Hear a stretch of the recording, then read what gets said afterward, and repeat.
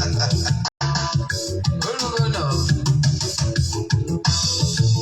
na-ebuli ụgbọ mmadụ n'ọkwụrụ ma onye mee nke ọma ebulie ya elu tie jide ka o ji na-aga n'elu. Biko ka anyị gbakọ kịta wee kelee Eze-Ana. Eze-Ana ga-adị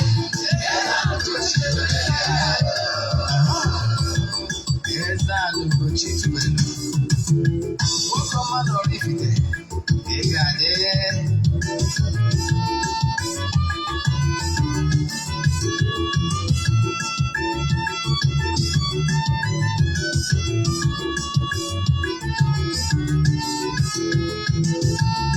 Ọdịnala bụ eziokwu,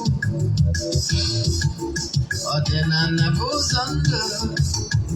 Ị ma na o nwere olu na-eti mkpu na-asị ụmụ Igbo chigharịa, ụmụ Igbo chigharịa.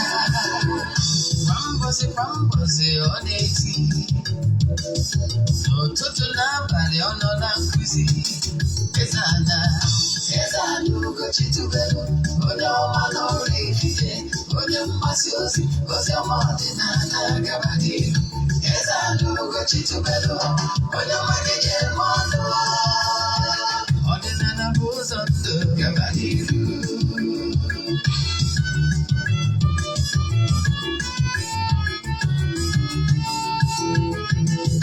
Eze-Ana Ugochi tubelu onye ọma na oraifite, onye mgbasa ozi ọma ọdịnala gaba n'ihu. Eze-Ana Ugochi tubelu onye ọma ga-eji eme ọnụ. Ọdịnala bụ ụzọ ndụ gaba n'ihu. Eze-Ana ga-adị, Ugochi tubelu ga-adị, Ugochi tubelu tempụl ọ ya adị. Maka na eziokwu anwa chacha ndị ụka erighị anyị front and back, ndị ọcha eri anyị front and back. Front esikala aka ghọrọ ụmụ Igbo si anyị rapụ nke anyị na nke faka mma. Buru Baịbụl bịa, akwụkwọ akụkọ mepekwa chọọchị fa, obodo ụka adịkwa. Mana Ugochi tubelu ekweghị ekwe, Eze-Ana si na ọma mme. Ọdịnala amanwụ ọmanwụ chacha, oge ọbụla ọ na-eti ọ nọ na nkụzi.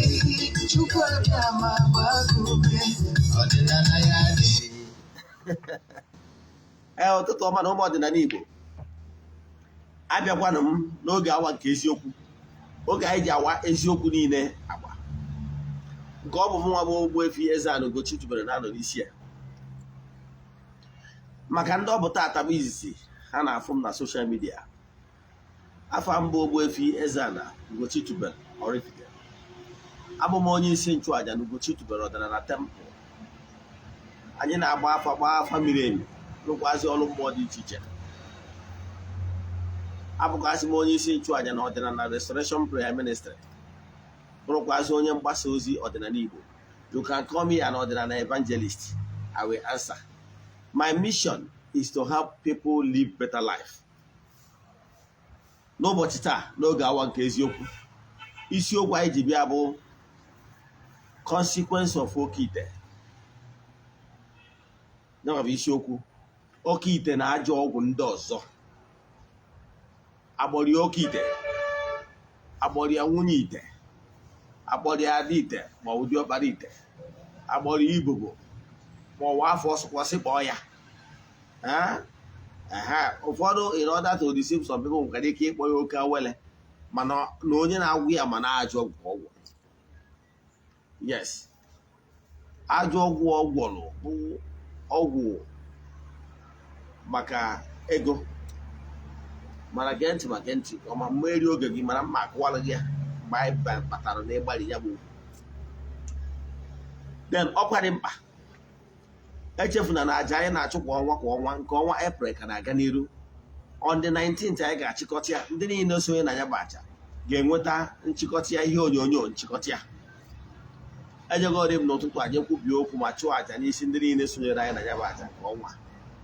Ọ bụrụ na ị chọrọ iso na nke ọnwa Mee, chaatị ya m na WhatsApp nọmba ndị na-esonye bụ na ya amarigo ka esi eme mana maka gị wabụ onye ọfụ ife ị ga-eme ofu ọdụ ọrụ m ya 3 prayer request make a donation token to the account number ịchatizie m na WhatsApp aga m enye gị other details I need ka e wee bukuo gị 08057837672 I repeat 08057837672 aja mbunye elu aja esigo na ya bunye ọtụtụ ndị mmadụ elu ma ndị nọ n'oru ma ndị nọ n'Igbo distance abụ ọkwa ịbara ya n'ọrụ mmụọ anyị na-alụ ma ọ bụ n'afa miri emi anyị na-agba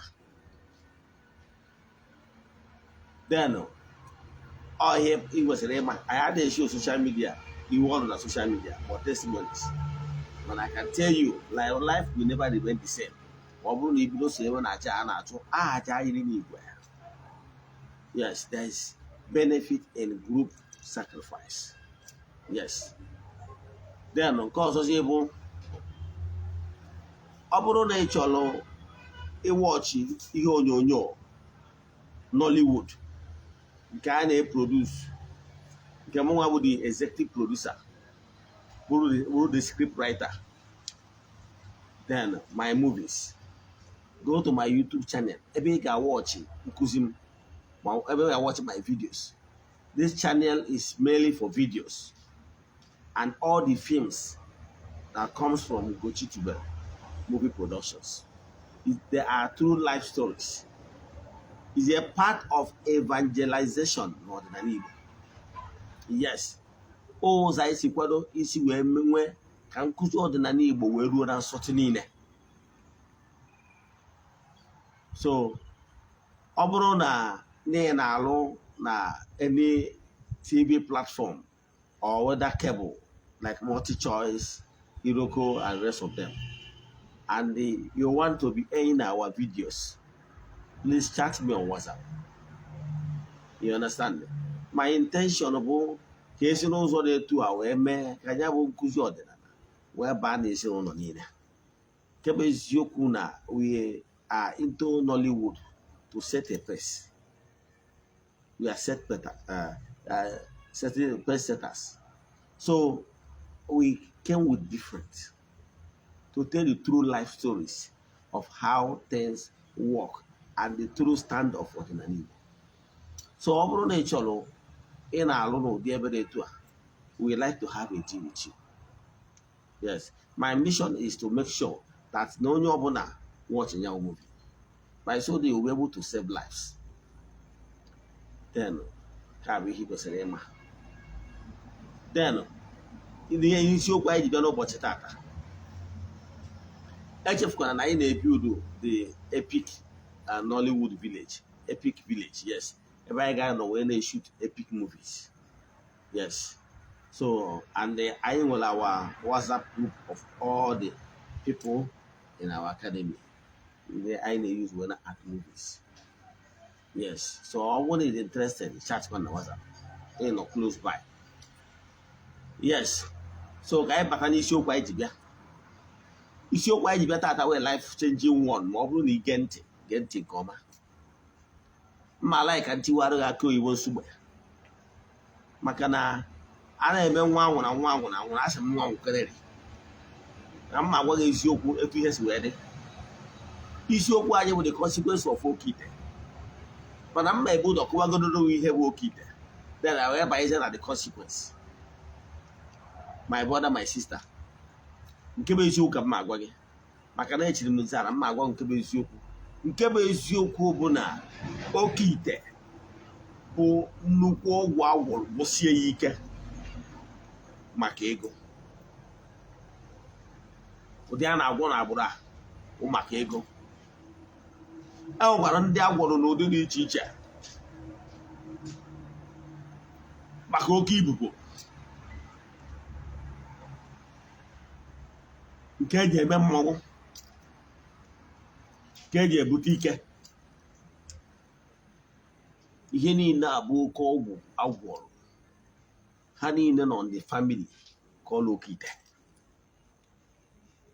Whether ma agwọchara ya kpọọ ya ibubo, ma akpọrọ ya Okeite, ma akpọrọ ya nwunye ite, ma akpọrọ ya oke ọkpara ite, ma akpọrọ ya ada ite, ma akpọrọ ya oke awele, ọtụtụ n'ime ha ga-enye ha afa ga-eme ka ọ dị attractive, but the bottom line remains n'ọgwụ agwọrọ gwụsie ike. Mana let me warn you, tell you what you don't know, because what you don't know is only a mystery to you and not to all. Ọgwụ ọtụ ndị dị mmadụ si n'ụzọ dị etu a wee lụzuo ego ha maka na eriri ha eri. Ọ bụrụ na mmadụ were afịfịa na mgbọrọgwụ tinye n'ite, ihe a bụrụ oke ite. Yes, ka ọ ghara ịsị na agwọrọ gị ada ọkụma abụnata oke ite. Ihe na-etu a abụrụ oke ite ka ọ bụ, and ọma alụkwa n'ọlụ ka oke ite, maka na ọma na-amapụ amapụ. Ịghọtara ya? Ka ọ ghara ịbụ na mmadụ ga-enara gị ego si oke gwọrọ gị oke ite, jee mere ụmụ ihe dị etu a, tiri ha afịa, tiri mgbọrọgwụ si n'oke ite iburu. Ma ọ bụrụ ya, ezigbo oke ite, ezigbo ajọ ọgwụ anyị na-ekwu maka ya dị ndụ, na-amapụ amapụ, and ọ na-ebu ebu. As day goes, ọ ya gather momentum, ọ ga na-spread his tentacle, and oge ruo o ji akpa nri, o jiri aka akpaba nri. Nke bụ eziokwu bụ na ezigbo oke ite ọbụla agwọrọ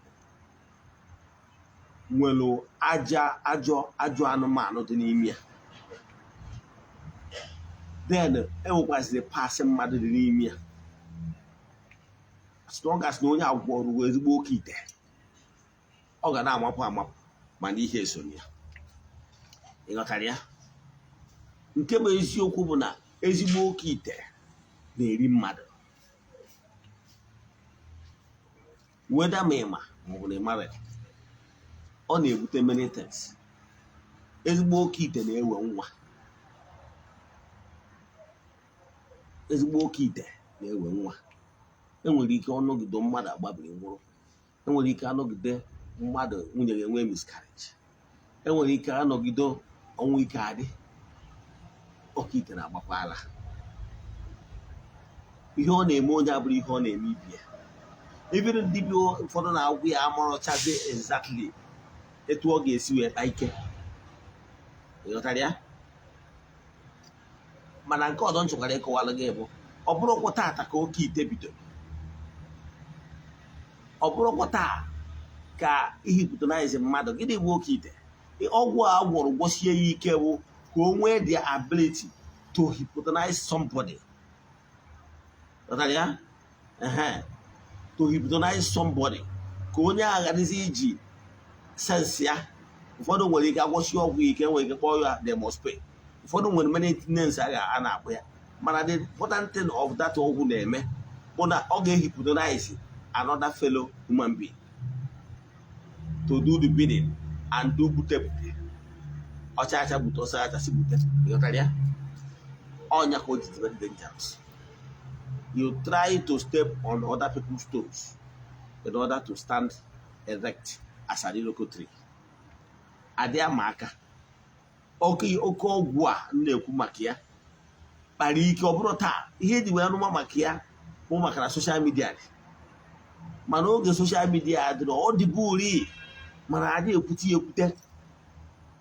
Okwu ga-abụ alụ mmadụ ga-abụ ọ na-atụnye gị, ọ na-atakwere ya atakwere na ntịsị oke ya gwa gị, maka na ha ajụ ọgwụ.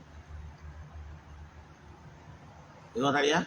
Nke ọzọ m chọrọ ịkọwara bifo mbaje na detail ya bụ, mụnwa personally Ogbuefi Eze-Ana Ugochi adị m ala oke ite, enwere ọkwụm oke ite. Reason bụ na personally mụnwa asa ezigbo onye mmiri, ịbụrụ ezigbo onye mmiri n'ịdị ụdị ọgwụ a m na-agwa gị. Dịsi ajọ ọgwụ a na-ekwu gị n'idiri ya. Ihe gị nwe onye mmiri, ezigbo onye mmiri, ihe n'idiri bụ alụsị. Ịghọtara ya? Alụsị ka iji. Mana ọ bụrụ maka ọgwụ charms, ọ bụrụ maka gị. Gee ntị akọwalụ gị. Like somebody like him, ahụ m ezigbo onye mmiri. Alụsị si be nna m nọkwa na temple ụlọasị bụ alụsị nwere mmiri. Alụsị nwere mmiri nwesịa mmiri, nwee akpụ ọkalete. Ndị ghọtara etu alụsị si alụ ọrụ mana arụsị ọbụla nwere udo nwee akwa ọkalete abụrụ obere arụsị. Akwa ọkalete na-egbu mmadụ. Enwere ebe o mere ihe na be anyị. Yes, very soon anyị nwere ike itinyekwe na movie anyị na-aya at very soon. Akwa ọkalete ebe ọ na-asachapụ family. And the akwa ọkalete ka gwa ihe mara ka hapịa ọ lechọ dị n'onwe ije. So mana ihe na-achịkọwala gị bụ na arụsị nwere mmiri like mụnwa mgbe nna m anyị nwere ụlọ asị arụsị nwere mmiri. Then n'ikwu nne m besonata nne m agbụ arụsị n'ebe anwa ogwugwu ụzọ olu arụsị nwere mmiri. So arụsị nwere mmiri gbara m okirikiri ka ọ gere be anyị. Arụsị nwere mmiri gbara m okirikiri. So nwere ihe ọbụla gbasara ọgwụ a ga-alụkwu m ọrụ n'aka. So anọrọ m n'ọgwụ ihe nọ na ya bụ ịchụ aja. Mana nwanne m na-agwa gị chụba aja na aja karịrị ọgwụ. And aja ga-eme gị ndụ bụ anụ ogologo ndụ. And aja na-ebupụ uke na-ewupụ ọdachi. Ịghọtara ya? Na-ebupụ ihe emeri. A gaghị eso nwanne chụba aja. Mana ọgwụ ọbụla agwọrọ enwere ihe ehipụtanaiziri ya were nwee mmụọ pakịrị ya up for the negative angle. Ịghọta gị? Then ka m chigazie azụ n'ihe m chọrọ ịkụwara gbasara consequence of Okeite. Nke agwụgọ gị na ọ bụrụ taa ka Okeite bido. O bido n'aka ndị nna anyị ha n'uto anya ukwu na ịgba ọkụka ka m bụrụ the highest ka m dominate ya. Oge o bidoro. Ịghọtara ya? Mgbe gburu gboo mana ndị mmadụ enotisiri ya maka ndị niile abụ n'ajọ ọgwụ a bụ ndị kere ike gboo nụrụ ụba nwaanyị. Ọtụtụ n'ime ha nụrụ, ụfọdụ nụzuru 10, ụfọdụ nụrụ 15 and many more. Mana n'ụtụ na ha nụrụ ụba nwaanyị ahụ nwere ike ọ nụrụ 15 na ọ nụrụ 10 na ọ nụrụ 20. Ihe niile ọ nụrụ nwere ike ụfọdụ n'ime ha nara ya n'ana. Ha fụkata ihe na-eme na gburu aha na. Ụfọdụ ga-anwụrụ anwụ. Ụfọdụ ga-amụtara ha amụtara nwa. Ụfọdụ bụ ndị mụtara nwa, ụfọdụ nwụọ, ụfọdụ nwa ha nọrọ. Mana ihe kpatara ya ụlọ nwere ike asụ na nwaanyị a mụrụ nwoke a nụrụ ụmụ nwaanyị 15. Ị na-echezi ka ụmụ ya ruo ihe dịka above 100. Ọntụsị na ọ bụgoro na ha mụrụ 55. Ma agwa na mgbe a na-amụ ụmụ nnukwu. Ọntụsị na ọ bụgoro na ha mụrụ 55 na 10 enyego 50. So na ọ bụrụ na onye a mụrụ 20 ma na ụmụ ya akarị 100. Ọntụsị na-amụ 5 mana mgbe a na-amụ money a na-amụ many. Ụfọdụ mụcha 10 mgbe ahụ. So mana ị na-achịkọwara gị bụ na n'ụtọ ajọ ọgwụ ahụ o ji wee kee ike n'obodo. Ajọ ọgwụ abịazi ọ na-ese ụmụ ya. Mana n'ụtọ na o nwere ụba ụmụazị, o nwere ike ọnụ nwaanyị 10 na-amụ nwaanyị 15 anwa. O nwere ike ụmụ ya dị 30 something, which is still a very short fall to ihe o kwesịrị ịbụ ma ọ bụrụ na udo obi dị. Mana ihe o ji wee n'ụba nwaanyị a bụ nwaanyị nke a nwere ike na-amụ nwa ya na-anwụ, ma ọ nke a na-enwe miscarriage, nke a nọkọta ofu nwaanyị ya gbabiri nwụọ, ma ọ ụfọdụ nekọta ihe na-eme na ha eburu akpa ha na ha ama anụ si wee na. Ọ ya batara ịgụwa some history of some family.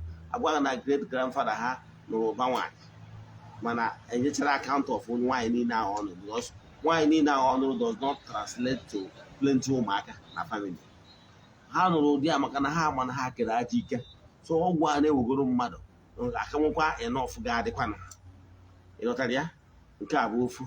Nke bụ anyị aghọta bụ ihe merenụ oge ahụ bụ na n'ụtọ ajọ ọgwụ ahụ gwọrọ n'ụwa ụba nwaanyị. So enotisiri ya na mmadụ na-apụ. So ngwa na nwaanyị nụta anụ na-enwe miscarriage, ọ mụtara nwa nke nọdụrụnụ ama enotisi maka na enwere other wives.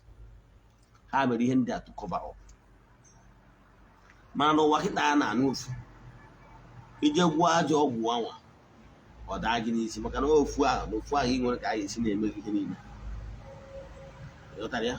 So then ka nkụwaziere ihe kpatara ụfọdụ n'ime ha ji mie mgbe ahụ emere ya maka ego, mana emere ka adị enwe influence, ka adị popular, ka a na-anụ afafa maka na inwe influence anụ afa gị ị mara na enwe all the young maidens no matter how many they are ị chọrọ ịnụta mgbe ugbu ị ya anụta maka na igbu odogwu ịnụta m akụkọ nne m kọrọ m mgbe anwa ọ sị m n'oge nke fa na na-anụkwa nwoke na nwoke afro na future ya dị very bright adịghị akpa ego afa mana o nwere ihe a na-akọnsida before ọ bụrụ na mgbe gboo anwa n'iwu dị ji na-akụta ji ịwụ ọgaranya ume dị gị yes nwaanyị ga-ekwegide ole nwaanyị ọbụla ị chọrọ maka ihi na ewere ya na ebe ike dị gị ịkọpụta ji na onye nụrụ gị na agụụ ya agụ ya etu a ka ọ dịkwa warriors ndị ji egwu azụ elu ala ndị ji egwu oke ibubo abịa na village square mgbe eji enwe annual event enwere ike asị na annual event bụ na ga-agba mgba the strongest man marries the best maiden in the community so therefore ndị ụfọdụ ụmụ nwoke je kee onwe ha ahụ ka o wee bụ na ọha nụrụ nwata nwaanyị a makarịchara na so by then o jegwuo ajọ ọgwụ dị iche iche o ji wee kee ike abịa na village square ọ bụrụ na ya ehutucha onye ọbụla dị afọ mmanụ best man ya ka bụ ihe mechara mgbe anwa ụfọdụ ụkwado ndị ụnụtara n'ọbụla nye onye ahụ dị nta mana ibie na-egbu nchi ọbaje gbuo antelope ogbuo elefant ogbuo agụ gbuo ụmụ anụ dị gbuo eku gbuo ụmụ ihe ndị a maka ihe onye great hunter so onye gwọcha ọgwụ eji ehi agụ ehi anụmanụ ịghọtara ya ọgwọcha ọgwụ ahụ ohie dịka anụmanụ ọ banye n'ime ọfịa ya ka ọ ga-eji wee nwee ike wee megide ma butegbuo anụmanụ dị etu ahụ so ifu na ihe niile awa ndị ojicha ọkụ ka ogbuo agụ anwa a gara asị nga ahịa n'obodo the maidens mgbe enyi eme mmemme na village square a gara eji afịa na-agụ egwu as the greatest hunter n'onye nwa onye kacha wee gbuo the greatest animal so far therefore maidens they are at wake of his call ọnọwụ na ọ chọrọ ka ọ ya enweta so ihe niile abụ ihe eji wee mee ụfọdụ mere nke ha oke ibubo wee tie mmọnwụ yes o ji wee tie mmọnwụ ihe na-abụ ihe eji mee odogwu mgbe ahụ o tie mmọnwụ pụta etu a ọ na-emegasị ụmụ anwansi o nwere ike oticha mmọnwụ ya gbachaa tụkwasị aka n'ofu ukwu osisi dị n'obodo ọ bịara akwamozu ute mmọnwụ ya masquerade ya ọ tụkwasị aka dị ya ọ tụọ ya aka osisi akpọnwụọ the next morning na osisi akpọnwụọ ịghọtara ya ọ ajọ ọgwụ a mekwuziri ndị izu ọgwụ ji wee mee abandon ime ike eji debefe maka na ajọ ọgwụ a na-ebute the 2 weeks eji mee odogwu eji mee oke ibu kpatara eji wee kwụsị ime ike eji na early 80s so gịnị ka m na-ekwu maka ya ajọ ọgwụ famili niile nna ha gwara ndị gwọrọ ajọ ọgwụ ka e wee mee dibịa na mgbe gboo ahụ ụfọdụ gwọrọ ya mana ọ bụrụ dibịa ka ha mere mana ha gwọrọ ajọ ọgwụ ahụ ka e wee mee oke ibubo ka e wee mee odogwu a na-anụ afọ ha n'obodo ụfọdụ gwakwara nke ha maka na ha abụghị nta so maka ngwazi ihe na-eme ihe mezie na ụfọdụ n'ime anwụtaziri ọgwụ anwa mechazie gbachaa na mmụọ ya bụ ọgwụ anwa ha gwọrọ bidozie binie gonite bidozie kpaba nri onye amụrụ na nwere ike iche na ọdịnala nna ha mere na-akpa nri mana ọ bụrụ ya mana ihe na-akpa nri na be ha bụ ajọ ọgwụ nna ha gwọrọ n'ịgbọtụrụ chi gị ma ọ na-ịgbọtụrụ ananwụ ịdọrọ ananwụ ma ọ na-ịdọrọ obi ndị ichie can never bring catastrophe to the family even if na ndị ichie na-alụrụ ha obi mana ọ na-adịghị adọkọtazi egboro ha anụ can never bring catastrophe in the family yes ebe unu ga-enwe nsogbu mgbe unu ji mebie dị abụọ dazi kwatuo obi ha and otherwise ịgbago na obi ọnwụ nwere ọfọ mgbe ha kwaturu obi emebikwazi ọfọ ịmara obi ọnwụ nwere ọfọ si elu so definitely mgbe ọ na-emebiri obi emebiri ọfọ so ọ mgbe anwụrụ ji emebisi obi ahụ ma ọnwụ tụfuo ọfọ ahụ eji kwubi okwu maka ọdịmma ezinụlọ ụlọ unu ga-enwere nsogbu ọ bụrụ maka obi mana once hapụrụ obi ahụ hapụ ọfọ a dị a No problem. Believe in me, your ancestors will bring a descendant of that family that will come and do the right thing. Then, mana ọ bụzie na unu enwerozi ike wee mee nke ahụ ebe a ka nsogbu unu ji kwatuo ya kwatuo. So ọ bụghị anụ na-akwatu ya akwatu na-enwere nsogbu, the right person will match. Then another thing nchọrọ ikwu maka ya bụ ọ bụrụ ndị bụ ihe na imebidi ya hapụ ya, another person will match.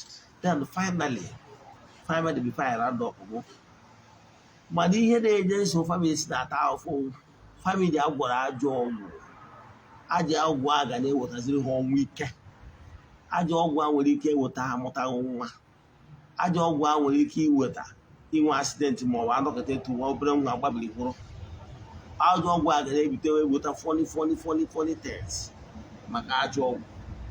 So na ajọ ọgwụ na-eweta ya. Ọ bụrụ ndị ichie agbatu na ngwurube nna gị na-enye gị nsogbu. No, ihe a nwetara ike imedewe bụ na ọ bụrụ na unu chukwu afa unu enweta more blessing.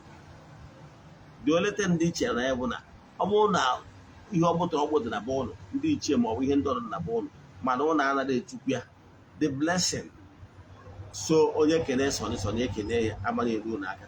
Mana ọ bụrụ ma i butere ụnụ mseke ọ bụrụ ahụ unless ụnụ emebiri ha emebi ahụ chọrọ ịghọta. So wepụ aka na Okeite, ọ ga-edistọ ya family. Ọ bụrụ na ị chọrọ ịmasị ihe ndị ọzọ Okeite nwere ike ibute the consequence of Okeite, visit my YouTube channel Ugochi Movie Productions. Ka ị watch ya video. Ọ bụrụ na ị chọtawuru ya bara ije ya achọta ya chat ya mụ na WhatsApp 08057837672 enyere gị aka. Ịchọ ka agbara ya family send their message. Aga m enyere gị aka. Metụ aka na share button and watch this video.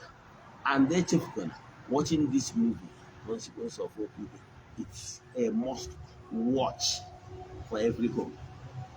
Ya gazie, ọ dịkwa ụdị oge a echi niile oge awa nke eziokwu. Daalụ.